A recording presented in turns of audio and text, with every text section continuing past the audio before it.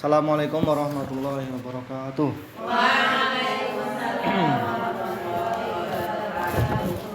Bismillahirrahmanirrahim. Tabarakalladzi nazzala al-furqana ala 'abdihi liyakuna lil 'alamin nadhira. Allahumma shalli ala sayyidina Muhammad wa ala ali sayyidina Muhammad. Rabbi shrah li sadri wa yassir li amri wahlul 'uqdatam min lisani yafqahu qawli.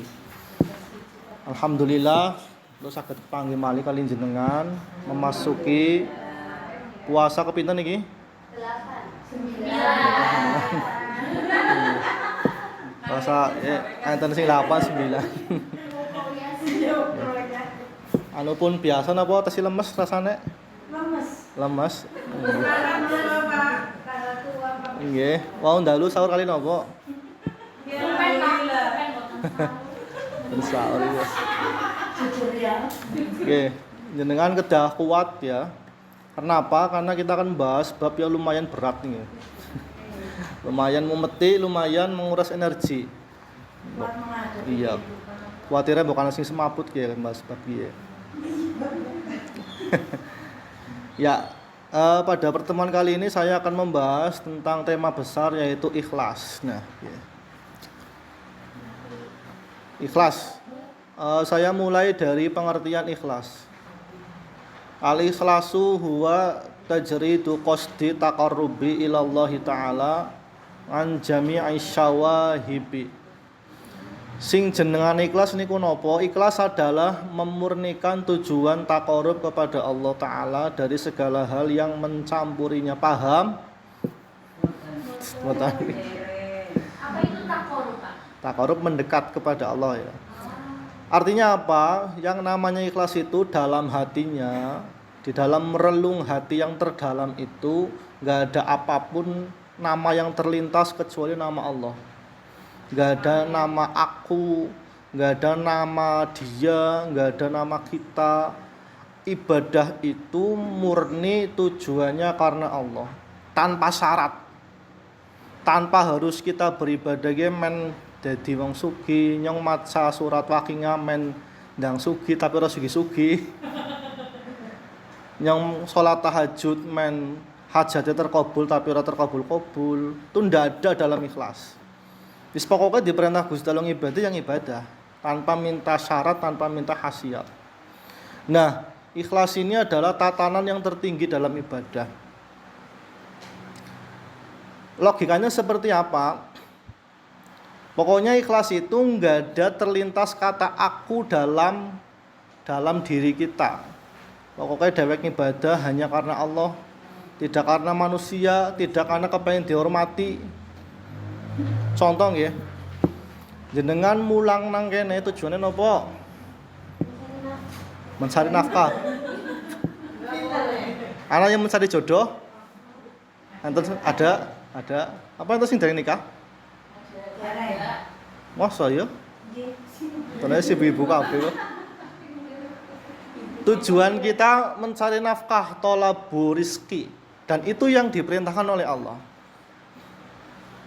Terlepas nanti dalam kita mencari nafkah itu banyak rintangan. Sumpama nggih, gajine semeno-semeno bae. Apa ya semeno-semeno bae? Gajine teng mriki pinten nyuwun sewu? Enten 2 juta.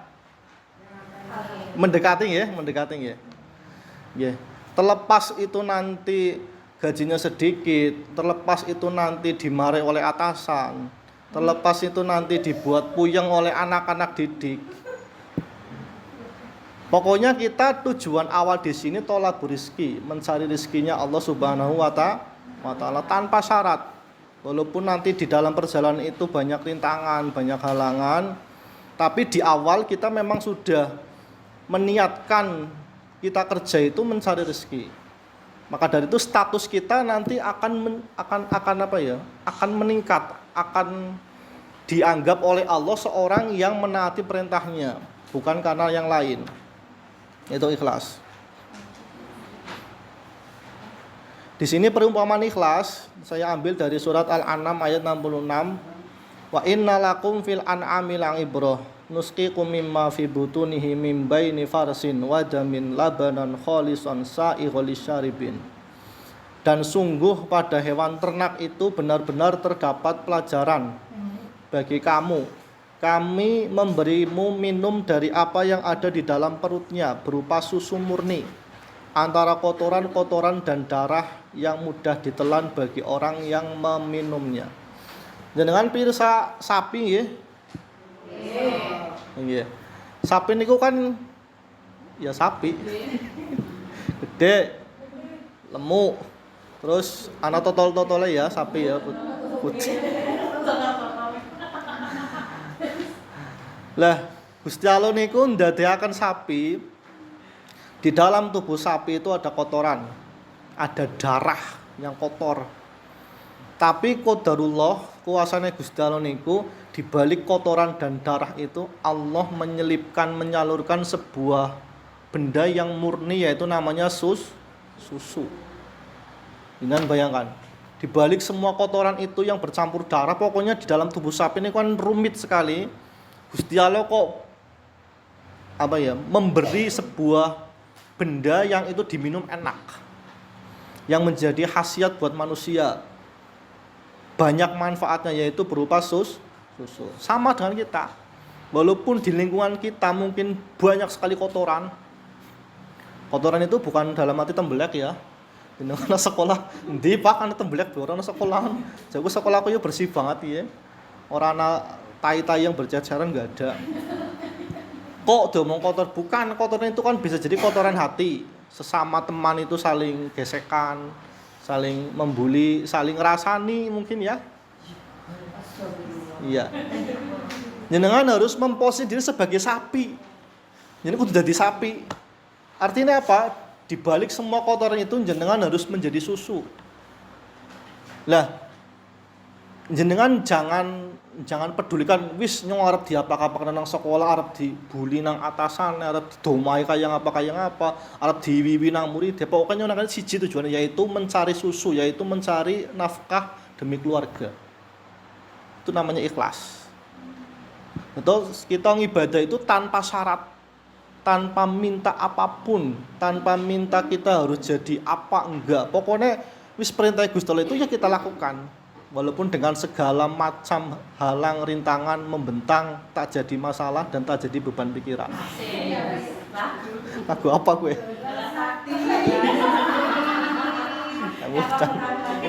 Tahun 90 mesti paham gue. Iya. Logika ikhlas itu logika tertinggi. Nah, apa kita harus mengkosongkan hati kita, mengkosongkan yang menjadi sebab-sebab kita enggak karena Gusti Allah. Contoh Gusti Allah perintah mangkana yu'minu billahi wal yaumil akhir falyukrim jarahu. Siapa yang beriman sama Allah sama hari akhir, maka muliakanlah tetangga. Terlepas tetangga itu mau berbuat jelek sama kita atau enggak. Nah, dari awal saya bilang begini, bukan berarti saya melakukan ya. Ini saya jangan cerita aja ya. Apa Pak Imam bisa kayak gue, ketone ngomongnya dhuwur teman. Urung, cuma cerita. Barangkali nanti bisa jadi pelajaran. Yang namanya orang soleh itu bukan orang yang dibaiki jadi baik, bukan. Itu gampang. Jenengan apik karo wong sing apik gampang ora?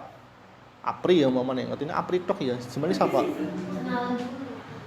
Iya. Siapa sih paling contoh? Bisa Pak? Banyak kepenak banyak contoh. Mbak Kaifa. Apri karo Mbak Kaifa. Nah, Apri bawang putih, Kaifa bawang merah. Ya. Ada buat contoh aja. Iya. Iya. Artinya Apri itu gambaran orang yang tulus. Gambaran orang yang baik. Beda dengan Kaifa ini. Iya. Selamat lah. Selamat dan Apri. Iya. Selamat itu orangnya. Iya. Dirasani teka ya. Wong Jawa dari gue rasanya teka. Waalaikumsalam.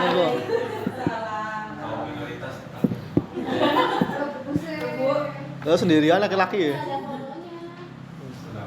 Waalaikumsalam.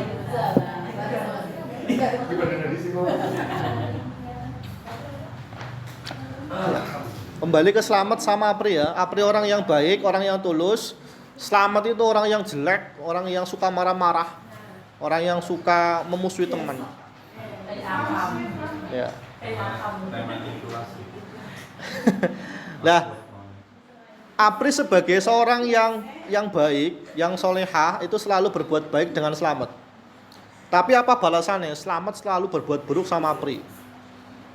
Diwai panganan ditolak, dijujuki berkat dibalangna berkate, tangga gue tangga medal, tuku lemari anyar disiriki, pokoknya segala macam keburukan dibalas, kebaikan dibalas dengan keburukan. Nah, apri kalau membalas buruk, apri melu-melu buruk, tapi apri kalau membalas baik walaupun disakiti, itulah orang ikhlas namanya. Jadi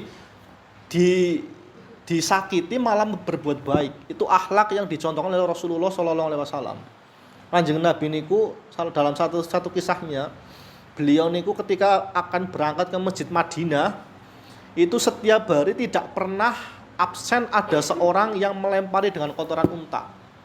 Bayangkan orang tahu absen, kayak sekolah baik, orang tahu absen, orang li absen.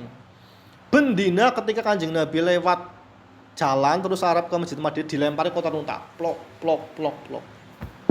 Ya, nek dadi jenengan kepriye jal? Jenengan dibalik kotoran unta mendina. Kesuh ora? Oh iya apa iyalah. Jajal ngasuk dipraktekna.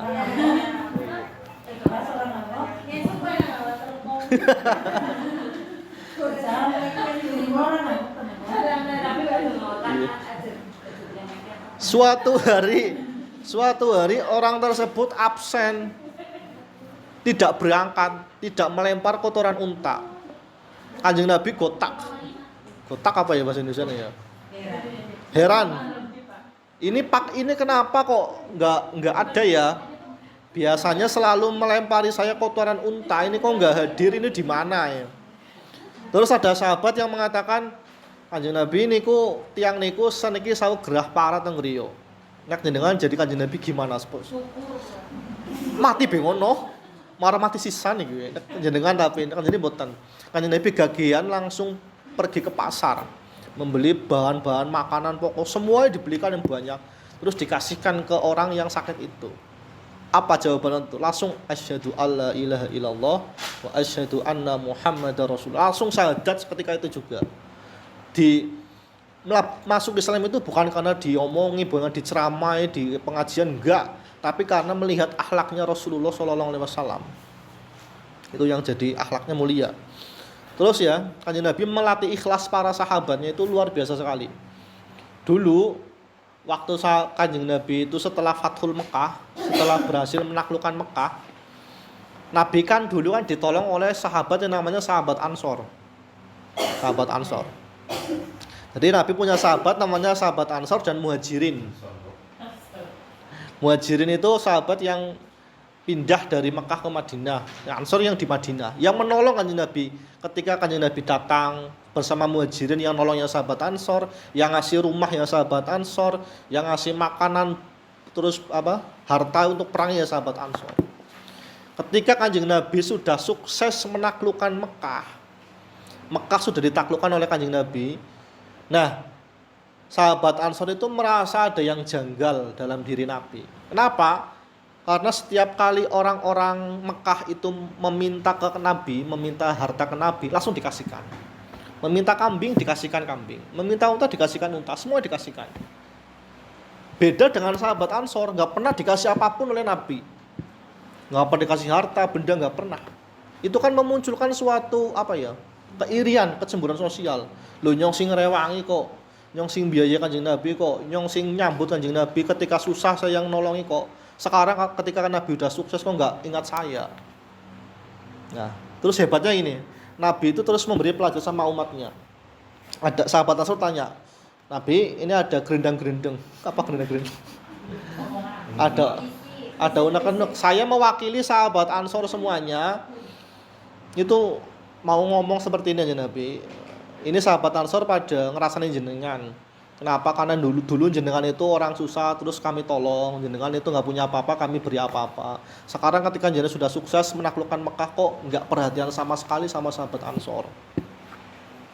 Kira-kira jawabannya apa? Jawabannya apa kira-kira? Nabi itu menjawab seperti ini. Biar saja, ya. Orang-orang Mekah itu datang ke saya itu meminta saya harta. Meminta saya itu ternak, domba, sapi, terus kambing. Nah, mereka itu hanya minta itu. Mereka itu jiwanya jiwa peminta. Dan karena memang masih Islamnya masih anyaran, harusnya kita beri agar mereka itu betah di Islam. Nah, kamu yang sudah kuat Islamnya, kamu jiwanya jiwa penolong.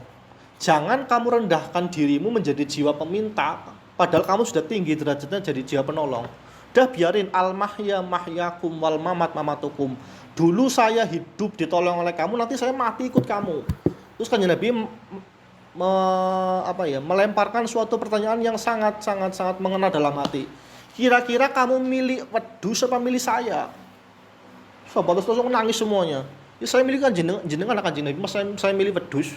Gak mungkin saya milih wedhus. Milih jenengan. Buktinya ketika Nabi itu wafat, dimakamkan di Madinah. Enggak ada sahabat itu semuanya sudah sepakat karena Nabi pernah berkata al-mahya mahyakum wal mamat matakum. Saya hidup ya bareng sahabat Ansor, mati ya bareng sahabat Ansor di Madinah. Artinya Nabi itu mendidik jiwa sahabat Ansor menjadi jiwa penolong, bukan jiwa penerima. Al-yadul sufla, al-yadul ulya khairum min yadi sufla. Tangan di atas lebih baik daripada tangan di bawah. Maksudnya apa gue? Iya, kita itu jiwanya heroik. Jiwamu itu sudah bagus, sudah jadi jiwa penolong. Jangan karena kamu melihat ada harta yang banyak itu, jadi kamu turun derajatnya jadi jiwa peminta. Nanti kamu jadi nggak lillahi ta'ala. Biarin amalmu itu menjadi amal yang heroik. Nah benar ketika Kanjeng Nabi sudah Fathul Mekah, beliau tidak menetap di Mekah, tapi kembali ke Madinah bareng sahabat Ansor dan sampai wafat. Artinya itulah yang diinginkan oleh Kanjeng Nabi, bagaimana umatnya itu bisa menanamkan jiwa ikhlas. Jadi tidak kepengin apapun kecuali ridhanya Gusti Allah. Biar yang lain marah, asal Allah nggak marah nggak apa-apa. Biar saya domain nang kepala sekolah, iya Pak kepala sekolah. Yang penting Allah nggak ngomai saya. Biar saya dianggap teman yang jelek, yang penting Allah nggak marah, itu nggak masalah, nggak peduli apapun. Itulah jiwa ikhlas. Jadi tidak ada yang terbesit dalam hatinya kecuali hanya demi Allah saja. Walaupun semua manusia itu memusuhi, semua manusia itu meremehkan, kalau Allah nggak memusuhi ya nggak apa-apa, baik-baik saja. Itu ikhlas. Susah kan? Susah. Sebenarnya kok aku bisa cerita tok, ngelakoni anu angel. Orang bisa ngelakoni ora. Terus ada keterangan manusia yang selamat ini dari kalam ulama. An-nasu kulluhum halka illal alimun wal alimuna kulluhum halka illal amilun wal amiluna kulluhum halka illal mukhlisun wal mukhlisuna fi khotoril adim. Semua manusia akan binasa kecuali orang yang berilmu. Semua orang yang berilmu akan binasa kecuali orang yang mengamalkan ilmunya. Orang yang mengamalkan ilmunya akan binasa kecuali orang yang ikhlas. Mereka yang ikhlas masih dalam kekhawatiran yang agung. Artinya seperti ini. Dados semua manusia itu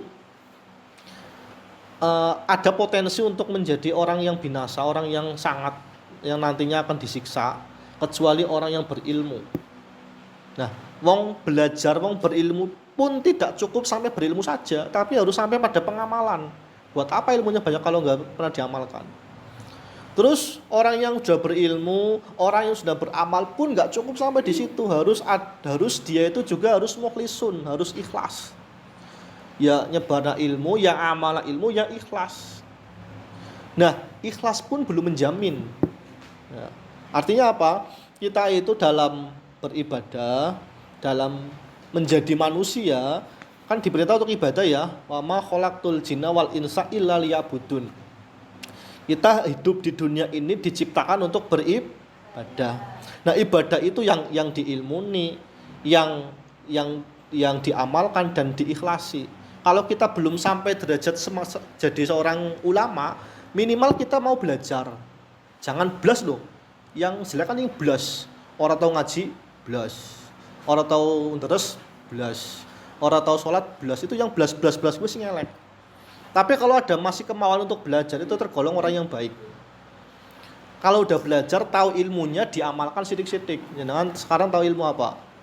Ikhlas. Menek lagi bali ngomah nang dalan duitnya tiba 100.000 padahal duit mumungan tok. Sing ikhlas ya Allah kae rezekine nyong. Kan rezekine mung sing nemu kok. Saged sing mboten bisa ora? Duit gari mumungan 100.000 kok hilang. Atau gari 100.000 mumungan anak polisi ketilang. Ya Allah kalau kondangan ring polisi. Duit gari mumungane til gue gari bertahan gue sedina ge kok malah kondangan polisi. Itu priwe. Dari kelas. Terus kita itu jadi manusia itu ya dilatih lah. Saya juga belum bisa, tapi minimal dilatih. Sejak dini apapun yang terjadi itu kita niatkan untuk Allah. Apa sih yang kita punya sih? Apa kita hanya kerja di sini ya kerja, jangan kerja dapat duit ya 1 juta, 2 juta, 3 juta. Itu hakikatnya bukan duit kita loh. Hakikatnya pun terus loh Pak, loh nyong sing kerja, nyong sing kesel, nyong sing maka tesuk beli sore kok kudu duitnya nyong sing kepriwe. Nah, kamu bisa kerja itu karena Allah. Kekuatan yang diberikan itu dari Allah. Kamu bisa enggak? Mama kerja dalam keadaan demam berdarah, bisa enggak? Kerja dalam keadaan tipes, bisa enggak? Yang ngasih sembuh, ngasih sehat itu Allah. Tangan, kaki, meripat, pudel, semua punyanya Allah. Walillahi mulkus samawati wal ardh. Semua yang ada di bumi itu punyanya Allah. Kita enggak punya apa-apa. Manusia itu lemah. Kita jangankan sama itu ya, sama nyamuk satu aja kita belum tentu bisa melawan loh. Nyamuk kan ngerti nyamuk nih jenengan nggih. Ngerti lemut mboten? Allah itu mengibaratkan dalam Al-Qur'an innallaha la yastahi ayyadriba masalam ma ba'udatan fama fawqaha. Allah itu tidak pernah merasa malu menyebutkan nyamuk itu dalam kitabnya. Menjadikan nyamuk sebagai contoh. Jenengan ngerti nyamuk kan cilik ya. Walaupun cilik jenengan bisa gawe apa ora kowe? Bisa gawe apa ora? Mboten saged enggak kowe. Terus yang lebih mengherankan lagi penelitian zaman sekarang saya pernah baca dalam sebuah buku ya. Dalam Al-Qur'an itu kenapa lafadznya bangudoh itu nyamuk betina, itu nyamuk lanang ya, Pak? Kenapa sih wadon? Entah itu benar atau tidak, yang jelas yang tahu ini mungkin guru IPA ya. Nyamuk itu sebenarnya enggak makan darah sebenarnya. Yang dia makan itu tumbuh-tumbuhan, saripati tumbuh-tumbuhan. Sama juga nyamuk betina. Nyamuk betina yang nyokot dewek itu sebenarnya hanya nyamuk betina atau nyamuk jantan. Nyamuk jantan ki mangane wit-witan ya kayak wit gandul kayak mbok masane. Gandul, salak. Terus apa maning kelapa, apa barang lah. Pokoknya saripati dari buah-buahan, dari kembang-kembang itu yang dimakan oleh nyamuk jantan. Nyamuk betina harusnya seperti itu, tapi dia kenapa menghisap darah manusia? Karena dari darah itu terdapat protein yang nanti bisa untuk mengerami telur-telurnya. Dia itu menyelamatkan anak-anaknya dalam rangka untuk agar anak-anak itu bisa lahir dengan selamat. Taruhannya nyawa. Taruh di teplak nang jenengan lho. Jenengan neplak nyambut siji, punya neplak biyung sih lagi nyelamat anak-anaknya. Nek kalau diteplak dia kenang DB. Nek diteplak membunuh sekian banyak nyamuk. Gak gimana-mana, artinya apa? Itu hanya sebagai gambar kita, sebagai contoh betapa Allah itu menanamkan jiwa keibuan kepada nyamuk demi melindungi anak-anaknya sampai mengorbankan dari diteplak menungsa. Bahkan saya punya raket nyamuk di rumah. Ya kan mending, orang kerasa mati nih. Tes langsung hilang nyawane. Kalau diteplak kan masih anak sakaratul maut mungkin ya. Tapi kalau pakai raket, tes langsung hilang jadi debu. Artinya apa? Dalam diri nyamuk itu kita mengambil pelajaran yang amat berharga, yaitu betapa Allah itu menanamkan jiwa melindungi seorang ibu kepada anaknya, bahkan dalam diri seekor nyamuk. Yang kadang kita anggap remeh, kita anggap sepele, tapi nyamuk itu pun bisa kita ambil pelajaran, ambil hikmah. Makanya kita nggak harus mencari hal-hal yang luar biasa. Jenengan nggak harus pergi ke Mars sana, harus lihat kuasanya Gusti Allah. Nyong kepengin ndeleng kuasane Gusti Allah, nyong tak meng planet Jupiter kono. Arep numpak apa anak-anak jal? Jupiter ya lah. Iya, Pak. Arep ndeleng Saturnus ngono. Geseng nang Saturnus wong panase pol. Arep mau matahari main bisa lihat kekuasaan Gusti Allah. Enggak usah. Cukup jenengan dari diri sendiri saja. Dari sekitarnya aja. Itu sudah lihat betapa hebatnya kekuasaan Gusti Allah. Jenengan ndeleng awake dhewek ya. Tahu ndeleng awake dhewek apa ora? Tanganku bisa kayak gini ya. Kenapa tanganku bolong-bolong ora rapet kabeh jal? Nek rapet kabeh golek ngupil kepriwe? Hidung kenapa diadep nang ngisor ora mendhuwur? Nek mendhuwur ya hiudan ya kebek irunge. Kebek. Kenapa ya? Kuping kenapa bolongannya cilik ora gedene gedenya nggo omah semut kok. Nggo omah tawon. Allah itu sudah menciptakan manusia walaqad khalaqnal insana fi ahsani taqwim. Allah itu sudah menciptakan manusia dengan sebagus-bagusnya ciptaan. Ora ana sing kaya menungsa bagusnya apike. Dan diberi akal sehat. Gorila, tahu ngerti gorila ya? Gorila ngerti gorila? Gorila kan kuat ya. Kuat, perkasa, gede dhuwur. Mantep pokoknya lah. Tapi ora duweni akal, lawan karo Pak sapa jenenge ya? Hah? Paksa. Ya Pak Slamet. Menang Pak Slamet jajal. Lah lawannya njekel bedil, der mati kowe. Priwe jal? Enggak punya akal sama yang punya akal, jauh. Makanya Nabi Adam ketika kalau mencir Nabi Adam semua malaikat suruh sujud. Karena Nabi Adam itu lebih mulia daripada makhluk yang lain. Karena diberi akal. Malaikat mboten, malaikat itu enggak diberi akal. Diperintah sujud ya sujud tok sampai hari kiamat. Diperintah kon tasbih ya masa tasbih tok sampai hari kiamat. Manusia enggak. Manusia ya diberi akal tapi diberi nafsu. Kalau sampai akalnya mengalahkan nafsunya dia jadi manusia yang mulia, tapi kalau sampai nafsunya mengalahkan akalnya dia jadi manusia yang hina. Oleh karena itu ya kita jadi manusia ya sing kaya manusia lah. Aja teman-teman boleh ndablek ya. Boleh maksiat aja kakean lah. Ketika lagi maksiat ya sing eling ya. Namanya manusia pasti punya lupa, punya salah. Tapi jangan terus-terusan salah ya. Ya seperti itu. Logika ikhlas seperti itu. Apapun yang terjadi dalam hidup ini, jenengan kula sandarkan semua sama Allah. Betapapun beratnya, betapapun susahnya hidup ini, tapi kalau seenggaknya kalau kita masih punya Allah, semuanya akan baik-baik saja. Makanya kalau dalam ilmu tasawuf itu ada namanya takholi. Takholi itu memurnikan diri kita, jiwa kita dari hal selain Allah. Jadi yang dipandang itu bukan lagi manusia, dipandang itu bukan lagi makhluk, tapi yang dipandang hanya Allah. Wis pokoknya asal Gusti Allah ridho, nyung arep diapak-apak nang manusia bodoh-bodoh wae. Arep disengiti nang mertua ya bodoh-bodoh. Kewajiban gue berbuat baik sama orang tua. Perkara mertuane bales apik ora itu urusanku, kuwi urusane Gusti Allah. Tapi mental aman, Pak. Hah? Mental? Ya moga-moga saja aman. Iya, seperti itu. Saya hanya cerita ya, di awal saya hanya cerita. Bukan berarti saya kuat gitu ya. Iya. Nah, sering-sering aja. Nah, begitulah Allah mengatur kita ya. Sebenarnya kita beribadah itu ya hanya murni karena Allah, bukan karena manusia. Sampun nggih, monggo ada yang mau tanya tentang masalah ikhlas.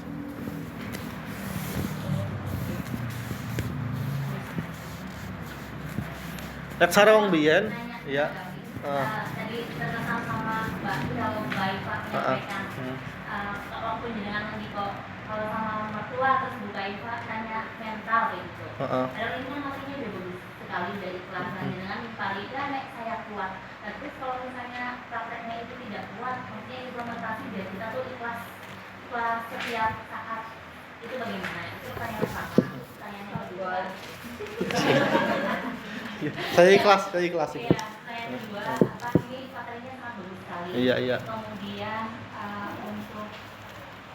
untuk kita tenaga pendidik, bagaimana caranya menciptakan tenaga pendidik yang dengan lingkungan selalu positif. Ini kan alhamdulillah untuk Pertasina 2 keluarganya luar biasa kompak, mereka saling yang kuyung satu sama lain.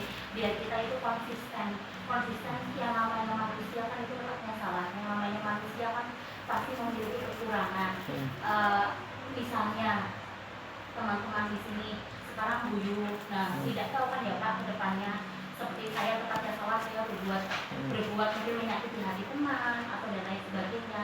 Nah bagaimana menyikapi hal tersebut biar kami itu di lingkungan yang positif tumbuh rasa ikhlas atau menjadi pribadi yang benar-benar lillahi ta'ala, karena Gusti Allah itu bagaimana cara menetapkannya biar kita istiqomah. Iya. Ya, oke. Saya jawab sebisa saya ya. Dengan lingkungan seperti ini ya, jawabannya saya itu kita harus memandang manusia itu ya manusia. Loh, gimana ya? Oh gitu. Manusia itu adalah seorang yang punya lupa dan salah. Mahalul khotowan isyan, tempatnya lupa dan salah. Contoh saya mandang Apri. Jenengan sekarang kenal Apri mungkin guru yang solihah, pondok, terus solihah, orang tahu menyakiti teman-temannya, selalu beribadah sepanjang hari. Terus kalau malam tahajud, kalau pagi sholat duha full, pokoknya kita tidak pernah melihat sosok Apri itu sosok yang nggak jelas lah, pokoknya jelas terus. Suatu hari Apri melakukan sebuah kesalahan. Apa contohnya Apri ya? Ya kayak beginilah, mokel lah. Mokel nang nasi padang, nang warung nasi padang. Jenengan lihat, wala cempulek kayak Apri sing jarku bocah soleh kayak gelem mokel ya. Jadi jenengan salah mensifati Apri. Jenengan menyifati malaikat, bukan nyifati manusia.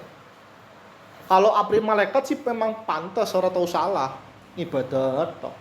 Tapi selama Apri itu masih statusnya manusia, dia manusia apa tuh juga Apri? Masih napak tanah kan? Punya potensi salah. Punya potensi dia itu berbuat salah. Selagi dia itu manusia. Karena jenengan semuanya ketemu orang, loh tak kira dia itu ustad. Ujaku kayak kiai nang ngarepku, ujaku kayak cah pondok. Kok dene nglakoni seperti itu? Jenengan jangan nyalahkan pondoknya, jangan nyalahkan status kiainya, jangan nyalahkan Islamnya, tapi lihat dia sebagai manusia. Sing jeneng manusia apa ya, gelem salah, gelem khilaf. Tapi walaupun salah gelem khilaf, Nabi Adam sudah beri contoh, Robbana dolamna anfusana wa illam taghfir lana wa tarhamna lanakunanna minal khosirin. Ya Allah, saya dolim, nggih. Ya saya salah. Saya melanggar perintah engkau memakan buah itu. Tapi bukan berarti saya salah, saya terus menjadi putus asa, enggak. Wa illam taghfir lana wa tarhamna lanakunanna minal khosirin. Saya tetap mengharapkan ampunan engkau ya. Artinya kita sebagai manusia aku yang manusia punya salah, tapi jangan pernah kalian putus asa. Jangan pernah kita merasa putus asa. Apri walaupun sudah kewenangan mokel Pri. Ya walaupun wis terkenal image sebagai wanita solihah, kewenangan mokel. Lah nyus kadung iki nyus elek lah, nyontek ora puasa sekalian blas lah. Nyontek dadi wong sing ora bener, kadung teles sekalian. Ya jangan seperti itu namanya putus asa. Ya terus diperbaiki, tobat, terus meminta ampunan sama Allah dan diperbaiki perilakunya, kan seperti itu. Panjenengan suatu saat lihat saya man ya, ndelang aku nang dalan, iki Pak Imam dene ora kuplukan. Iki Pak Imam dene kayak nglakoni maksiat. Saya ini manusia. Iki. Oh, wis bojone, wedon bojone. Bojone ora apa-apa ya, malah berpahala ya. Iya. Artinya gini, kita jangan berlebihan mensifati manusia. Jadi menganggap seorang itu, mengkulturkan seseorang itu nggak baik, itu bahaya itu. Karena dia itu manusia. Manusia itu tempatnya salah dan khilaf. Apalagi dengan teman-teman kita ini. Ini kan kadang mesti terjadi gesekan, mesti, nggak mungkin enggak. Sing jenengane kumpul bareng mesti ana cocoke. Mesti ana cocoke. Jangankan jenengan bocah bayi kembar sing lahirnya pada beno beda karepane. Kok nggih? Artinya kita harus terbiasa dengan perbedaan. Jangan Jangan sampai kita itu mengkultuskan, loh kowe dene wong kaya kae wis kenal main alim dene malah kaya kae wong jenengan si manusia. Maka kita enggak gampang memvonis seseorang. Seperti itu mungkin. Terus logika ikhlas itu kisi mandan vulgar jenis ya, tapi ya domong nabela ya. Cara wong kuna-kuna biyen ikhlas niku nek cara jenengan gampangane ngomong itu sama seperti jenengan guang gedang goreng. Ngerti gedang goreng? Tahu kasroh lah berane, apa tahu kasroh? Tahu kan pakai doma, kalau di kasroh. Jadi mau. Iya. Jenengan buang itu apa merasa ya Allah emane nyuruh mangan chicken kok. Nyuruh mangan sate kok diguang emane ya Allah. Iya. Ikhlas apa lah jalan guang gue? Masa tiba-tiba kresek disimpen nang freezer ya? Sudah di freezer ya. Ki anu nyong semana si padang nggih tak freezer. Ya kan enggak mungkin kan? Kita ikhlas betul. Jenengan kan saya bilang agak vulgar jadi ya boy, just iya dah boy. Jadi iya boy, iya kena boy. Ya wis tak iya kena boy. Artinya seperti itu, kita logikanya seperti itu. Kita punya uang 10.000, til gue. Dilalah anak bocah yatim jaluk karena minta buat makan, jadi ikhlaskan wae, plung. Anggap aja kayak gue mikir aja diingkut-ingkut maning. Barang wis diguang. Ya, seperti itu logika ikhlas. Untuk melatih ikhlas. Tahu kasro gue lah. Enten malih sing iya gue lah, angel. Kalau ngomongnya mbok ora patut tapi guru-guru. Tapi jebule malah pada biasa wae wis terkena sisan lah. Iya. Iya. Malah kepenak kayak gitu, dadi ora dikurikuan. Kadang-kadang nek ngaji nek anu wong sepaneng bingung mbok ngomongnya salah iki.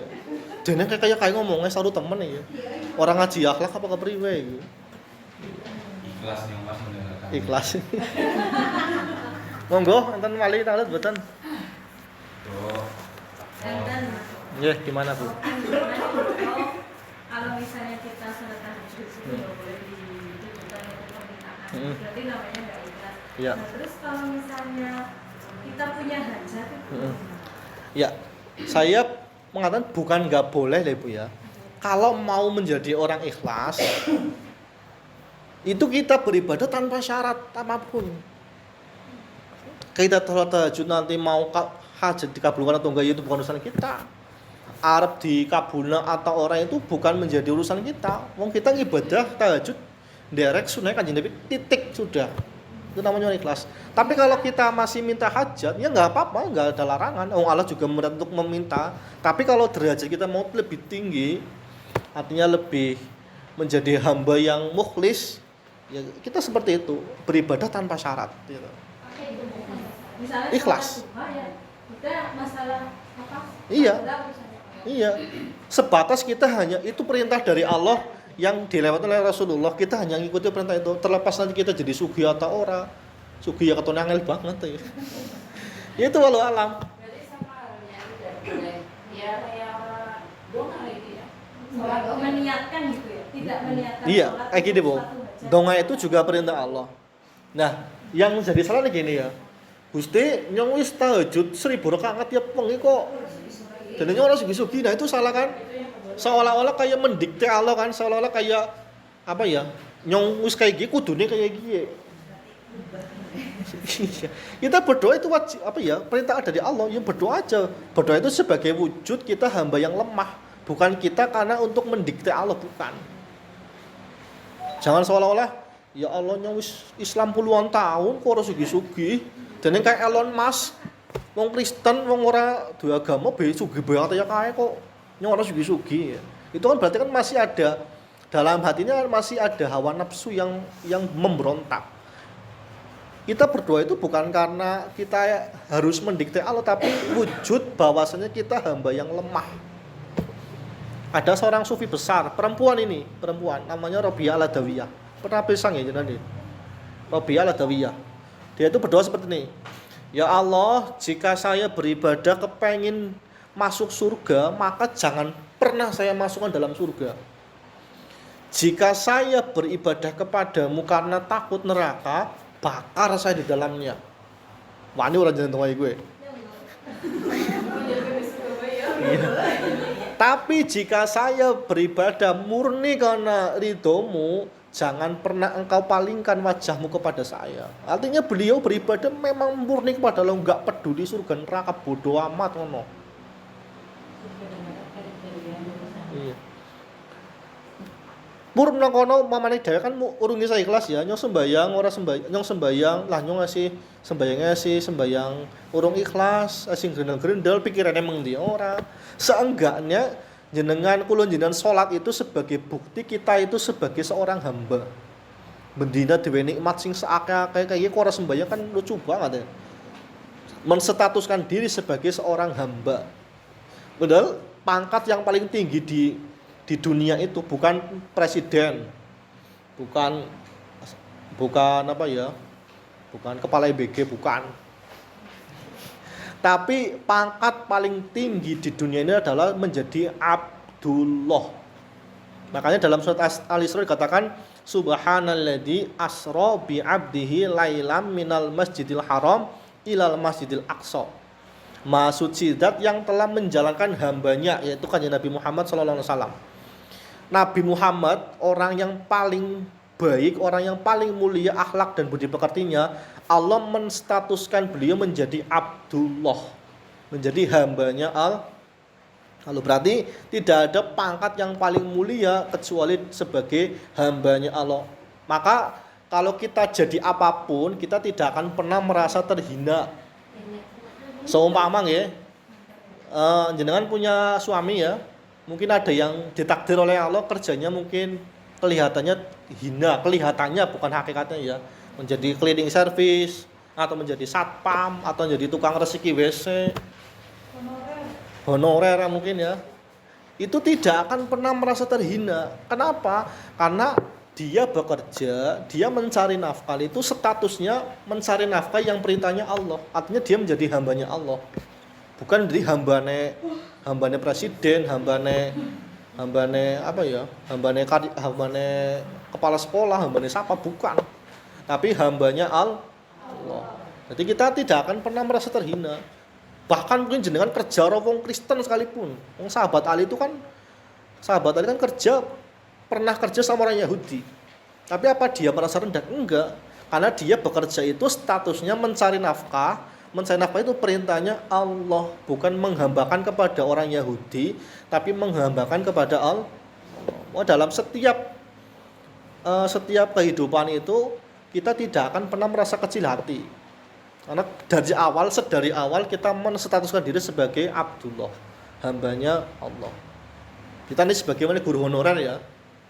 Ini gajinya 400.000, 600.000. Semua gajian gajiannya tanggal pinten, Bu? Dalam ini ya.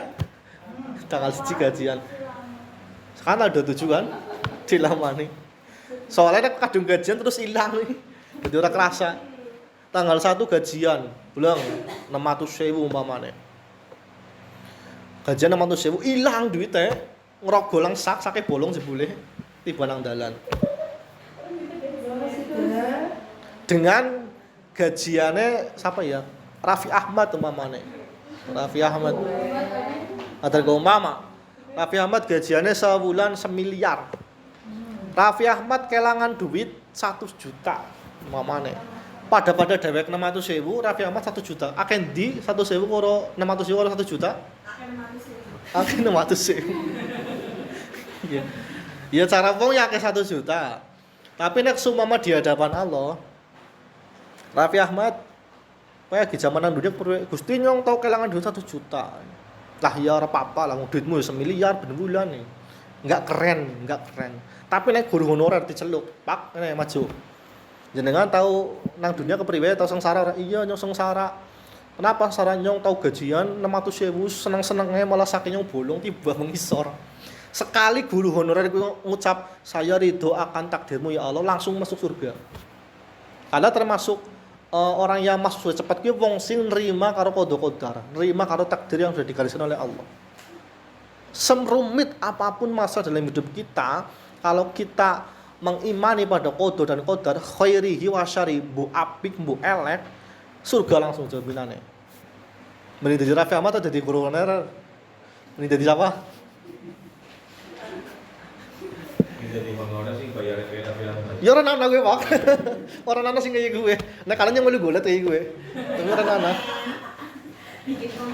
Nah, Iya. kalau misalnya pada saat ikhlas itu jauh. Misalnya kayak honorer, gaji kan harus itu. Boleh nggak sih kita meminta itu karena kita memang sebaiknya di atasnya itu seperti itu. Itu bisa dikatakan ikhlas atau tidak kalau yang mengharapkan lebih itu. Iya. Boleh saja. Kita yang dimasalahkan itu bukan kita minta atau kita bekerja semakin keras sudah dapat banyak, bukan, tapi masalah hati kita ketika kita sudah sampai pada takdir itu, dilala sampai dengan takdir sampai seperti itu, sampai bisa hatinya legowo, itu aja. Apapun yang sudah ditetapkan oleh Allah, itu saya bukan ngomong kayak gini bukan ngendongin jenengan ya, bukan dalam arti harus pasrah dalam arti negatif, bukan. Ketika kita sudah dilala kok wis takdirnya kayak gue, kok gelem nerima, nah gue sing main. Tapi kita tetap harus berjuang, wong kita juga cari nafkah untuk keluarga. Bayangna ya, urip nang Indonesia, gajian sebulan 1 juta 2 juta. Padahal butuhnya gelem sampai 5 juta. Kok tesi bisa urip karo guyu-guyu gitu wong sembarangan itu gue. Tapi yang minus Pak.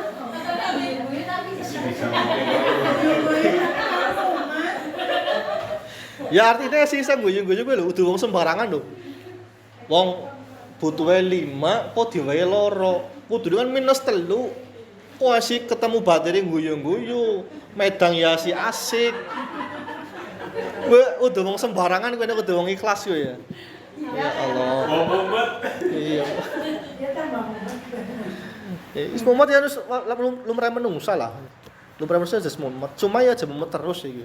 Ya ikhlas. Terus jangan sampai ya mumet, ya mau enggak mumet, yang guna gaweane mumet, terus biasa betul orang kerasa ya biasa mumet. Tapi jangan sampai yang fatal gue, jangan sampai menyalahkan qada-qadare Gusti Allah. Jangan sampai menyalahkan Gusti Allah. Gusti nyodene melarat bae seumur-umur ya.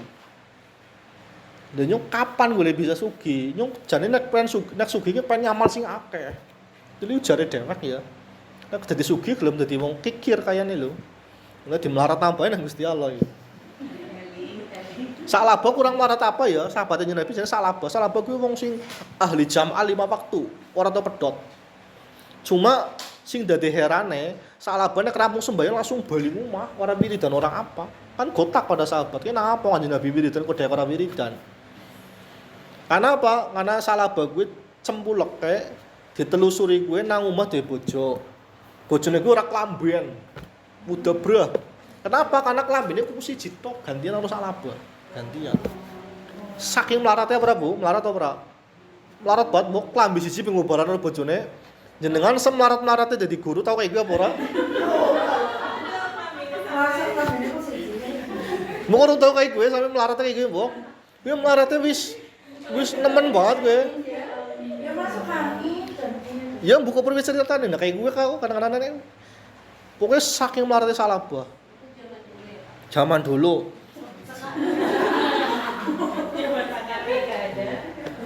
Kenapa baru sholat langsung melayu balik? Karena gentian klambine nggo bojone sholat. Berarti ku salaba di kuda iki gue. Nah, terus karena kemiskinan yang mencekam kayak gue, salaba jangan jadi Nabi, saya mbok ya doakan semoga saya jadi orang sukses, men sugih. Ben apa nyong ben bisa ngibadah, ben bisa zakat. Ya Nabi doakan. Ya Allah mugi-mugi salaba jadi wong sugih. Mung kanjeng Nabi sing donga ya pasti dikabulkan. Juga pertama duwe wedhus nang kanjeng Nabi, duwe wedhus manak maning sampai akeh sampai ribuan ratusan pokoknya terhingga. Dadi wong sugih salaba. Dadi wong sugih kelalen ora sembahyang, ora zakat, ora ibadah. Nah, kan berarti kan itu kan kadang kemiskinan itu memang jalan yang benar buat kita. Wong wis biasa keret tuli ora kerasa deh. Keret terus. Kayak gitu. Yang penting jangan pernah menyalahkan takdir Gusti Allah. Gue wis miskin ya wis miskin ora apa-apa. Jadi wong miskin sing kreatif iki lho. Jadi wong miskin sing keren iki. Aja miskin sing malah putus asa menyalahkan takdir Gusti Allah. Seperti itu niku. Terus enten maling tanglet. Jam pira lagi? Setengah 3 Bu, kontraknya nih. Nggih, monggo. Saya pernah dengar ikhlas itu seperti surat Al-Ikhlas ya. Iya. Tidak ada kata ikhlas di dalam surat. Nggih, betul. Nah. Di dalam makna surat Al-Ikhlas itu apa Allah menyuruh kita ikhlas? Atau mungkin ada surat lain Allah menyuruh kita ikhlas seperti itu? Ya. Surat Al-Ikhlas itu jenengan baca qul huwallahu ahad, Allahus samad, lam yalid walam yulad walam yakul lahu kufuwan ahad. Enggak ada satupun kata-kata ikhlas di situ. Al-Ikhlas itu makna intisari dari ikhlas. Al-Ikhlas itu qul huwallahu itu adalah tauhid, mengesahkan Allah. Artinya tidak ada satupun di dunia ini dalam hati kita harusnya kudune Gusti Allah tok. Hanya Allah yang ada dalam hati kita tok. Karena hakikatnya yang wujud itu cuma Allah. Kita itu sebenarnya nggak ada syarat jadi orang wujud. Karena syaratnya wujud harus selalu konsisten ada. Nanti kita kan bisa mati, bukan bisa mati, pasti mati. Kalau Allah selalu eksis, selalu ada. Intinya yang diinginkan itu kita tidak ada apapun yang dianggap punya kekuatan kecuali hanya Allah saja. Surat Ikhlas. Surat yang dalam bahasa Quran itu surat tauhid. Surat yang mengesahkan Allah. Esahkan cuma satu. Itu namanya ikhlas. Murni hanya Allah. Jadi apapun yang kita kerjakan, apapun yang kita lakukan itu seharusnya semuanya harus karena Allah, bukan karena manusia. Bukan karena yang lain. Terus gampang ngomongnya, prakteknya sing angel. Kan nggih? Dengan kerja nek ora duit gelem ora. Kan ora gelem wae, ora gelem lah. Jelas bubar, orang mungkin gelem. Tapi seenggaknya kita jadi guru itu ada nilai plus ya, yang tidak dimiliki oleh profesi yang lain. Yaitu dalam hadis Nabi yang mengatakan idza mata ibnu adam in qata amal ila min salasatin shadaqatun jariyatun au ilmun yuntafa'u bih.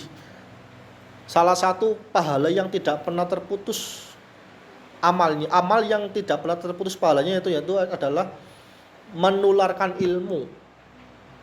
Jadi ilmu yang bermanfaat itu salah satu amal yang tidak pernah terputus. Kita sebagai seorang pendidik, sebagai seorang guru itu mengajarkan ilmu kepada anak-anak didik kita.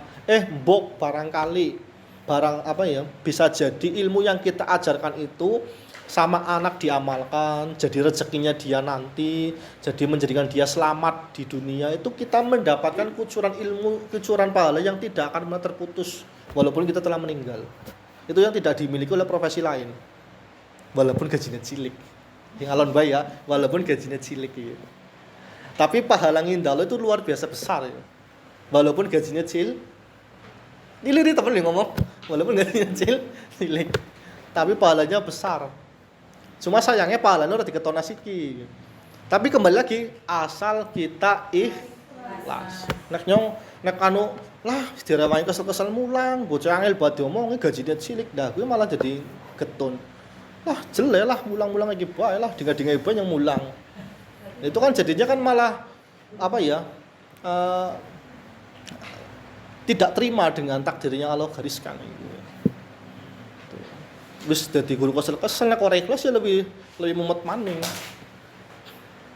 Seenggaknya kita punya nilai plus ngindallah, kita disetatuskan oleh Nabi menjadi orang yang al-ilmu muntafa'u bi, orang yang punya jalan, punya peluang untuk memanfaatkan ilmunya, orang yang tidak pernah terputus pahalanya walaupun dia telah mati, telah meninggal. Enggak harus ilmu agama nggih. Ini kan mengajarkan matematik, IPA, bahasa Indonesia, apapun itu ilmu, yang penting itu ilmu baik, itu akan bermanfaat pada anak didik. Dan Allah enggak memilah-milah harus ilmu agama, enggak. Kan Allah ngendikan kanjeng Nabi tolabul ilmi faridatun ala kulli muslimin wa muslimatin. Bukan tolabul ilmi din, bukan tolabul ilmi agama, bukan, semua ilmu. Karena semua ilmu muaranya, hakikatnya menuju kepada Allah Subhanahu wa taala. Karena semua ilmu, semua yang kita punya itu punyanya Allah semua. Kita punya ilmu IPA diajarkan kepada murid jadi bisa, jadi pintar, dia nanti kerjanya dilalah lewat ilmu yang kita ajarkan, itu malah jadi pahala yang tidak pernah terputus. Kita seenggaknya merasa pede, merasa heroik ya, jangan pernah merasa kita putus asa atau merasa terhina menjadi seorang pendidik, jadi seorang guru. Kados niku. Enten malih minta alat? Wis lah ya. Setengah telu ya, Bu. Iya. Ya mau kuatir lah jan. Si temen di ngaji kok jan. Enggak usah lah. Oh, aku sih kurang ikhlas tadi. Iya, nggih. Iya. Iya.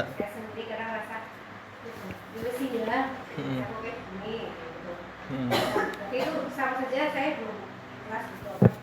Iya. Mindset kita harus diubah ya, Bu.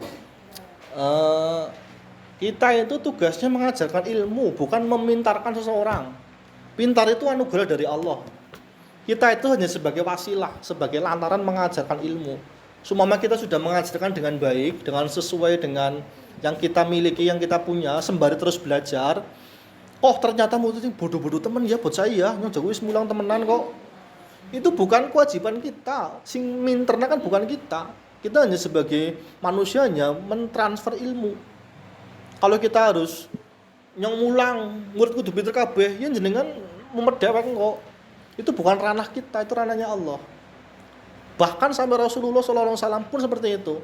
Kanjeng Nabi itu tidak ada kewajiban untuk memberi hidayah, mboten. Hanya beliau tablighur risalah, menyampaikan risalahnya Allah. Perkara wong gue mlebu Islam atau ora itu urusannya Kanjeng Nabi. Kanjeng Nabi itu punya paman ya, Abu Thalib. Pamane Nabi, wis genah ya paman Nabi, pelindungnya Nabi, tapi sampai akhir hayat enggak masuk Islam menurut riwayat. Apalagi Abu Jahal, Abu Lahab. Wis genah pamane Nabi. Masih saudaranya Nabi. Rumahnya dekatnya rumahnya Nabi, tapi enggak dapat hidayah. Sing aneh ya, sing gumuni wong Indonesia. Wong Mertasinga, wong SD loro. Ini gumuni banget. Gumune siji, apa jenengan saudaranya Rasulullah? Bukan. Mirip apa ora? Ora lah katanya tau ora. Terus akhlaknya kayak Kanjeng Nabi apa ora? Aduh banget lah katanya tau. Wis wajahe ora mirip, keturunane udu, akhlake ora pada, manggone ya ado. Kok bisa-bisanya dititipi iman yang Gusti Allah Kanjeng Nabi. Itu kan nikmat yang luar biasa. Abu Jahal loh, ya pamane Nabi, ya nur saudara dekate, umahe perek mendina ketemu Kanjeng Nabi kok bisa ora iman. Padahal sezaman karo Kanjeng Nabi. Kita yang enggak menangi Kanjeng Nabi bisa iman, itu kan nikmat yang luar biasa. Itu bukti bahwasanya Nabi pun enggak bisa memberi hidayah. Yang bisa memberi hidayah hanya Allah Subhanahu wa taala. Logikanya kan kita enggak mungkin masuk Islam. Waduh, semeneh kok Mekah karo dhewek waduh banget. Mlaku ya kesel. Mlaku kesel orang Mekah. Ora lah senang jero pesawat. Iya. Jadi itu. Pintar itu bukan kewajiban kita, yang penting kewajiban itu tuh mengajar sebaik mungkin. Sebaik mungkin. Artinya jenengan belajar ya mengajar ya dengan materi yang sudah jenengan siapkan, yang jenengan kuasai betul ya. Perkara bocah pintar orane kudu urusane jenengan, ki urusane Gusti Allah yang memintarkan nek jenengan merasa bisa memintarkan itu malah egois, malah jenengan mengambil perannya Tuhan, perannya Gusti Allah. Pokoknya kewajiban kita dalam menyampaikan ilmu. Boleh jadi sekarang enggak bermanfaat, ketone bocah iki bodoh ya. Pok ceritanya akeh ya, bocah sing ketone nang sekolah mben bodoh banget. Bahasa wis dadi wong tua, dadi wong sugih, dadi wong sukses kan kata ceritanya nggih. Artinya kan apa ya? Takdir itu bisa berubah. Kados niku Bu. Terus sementara tuntutan dari profesi kita kan harus mencerdaskan anak bangsa gitu loh. Terus bagaimana dengan nilai-nilai yang harus juga boleh di bawah segini sementara kan anak nilainya di bawahnya saking bawah banget kenyataannya gitu ya. Harus didongkrak nggih. Nah, Aku ngerti kan, aku juga ngalami. terus satu lagi yang harus kita lakukan itu bagaimana ketika misalkan kita mengalami seperti itu? Ya, yang jelas ya saya pedoman seperti ini. Itu kan aturan yang dibuat manusia. Artinya harus kita dongkrak nilainya ben kon aja jeblok kayak gue. Aja terlalu temen golek elek kayak gitu. Itu kan bukan peraturan yang dibuat oleh Allah. Sing di aturan Allah adalah kita mengajar ilmu, titik wis. Perkara dhewek dongkrak nilai terus nang kono kudune bocah ki ora semene bijine, kudu disemene kuwi. Kan dhewek kan artinya kan perang batin asline. Nah, satu itu, yang kedua kita banyak istighfar aja. Nah, sendiri pun seperti itu. Ya pokoknya ya seperti itulah. Sebagai manusia pasti ya itu. Dari awal saya bilang mahalul khoto wanisian, tempatnya salah dan lupa. Kita pandang diri kita itu sebagai manusia. Aja ndeleng nyong malaikat ki, nyong ora tau salah ki. Jenengan seperti itu ki biasanya timbulnya rasa sombong. Umpamanya ya, jenengan ora tahu salat tahajud ya. Salat tahajud kok nglakoni 40 dina bae, 40 dina full tahajud. Ndeleng kancane sing berat turu, walah, langsung rasane sombong. Batang-batang pada turu. Ora kaya nyong ki 40 dina full jamaah. Bisanya kayak gue terlintas, terbesit seperti itu. Jenengan rajin tadarus, nangkene tadarus ya. Sing rutin tadarus. Kok ada teman kalian yang enggak tadarus? Mesti lah kayak jenengan kayak gelem tadarus ora kaya nyong. Padahal bisa jadi dia itu tidak tadarus, sedang kerja, sedang menafkahi keluarganya, sedang bekerja demi keluarganya, yang mana bekerja itu lebih wajib daripada jenengan tadarus di musola. Kan kewajiban itu nggak bisa dikalahkan oleh sunnah. Jadi kita itu hidup itu ya masih tidak bisa memastikan segala sesuatu. Nggak jelas yang benar yang mana, yang salah yang mana. Kewajiban kita hanya beribadah sesuai yang disunnahkan oleh Rasulullah SAW. Waktu Kanjeng Nabi sedang ngajar seperti ini ya, sahabat kan pada seperti ini ya, pada mendengarkan. Kok ada satu sahabat yang nggak ikut ngaji, tapi dia malah membawa alat pertanian mau ke sawah. Nah, nggak pernah ke sawah ya kebun kurma. Terus diprotes nang sahabat. Hei, kamu celaka betul. Mau Kanjeng Nabi lagi ngaji kok kamu malah kerja. Harusnya kamu ikut ngaji. Kanjeng Nabi langsung bendu, langsung marah besar. Marah karo sahabat sing protes. Kamu jangan sekali-kali protes. Kamu di sini ibadah iya, mencari ilmu, tapi dia itu juga beribadah, menafkahi keluarga. Sama-sama beribadah. Jadi kita jangan memvonis seseorang atau bahkan kita merasa diri kita benar. Itu penyakit paling elek manusia, rasa dheweke paling bener, gue paling elek. Gue itu penyakit manusia, penyakitnya iblis. Iblis, Bu, iblis.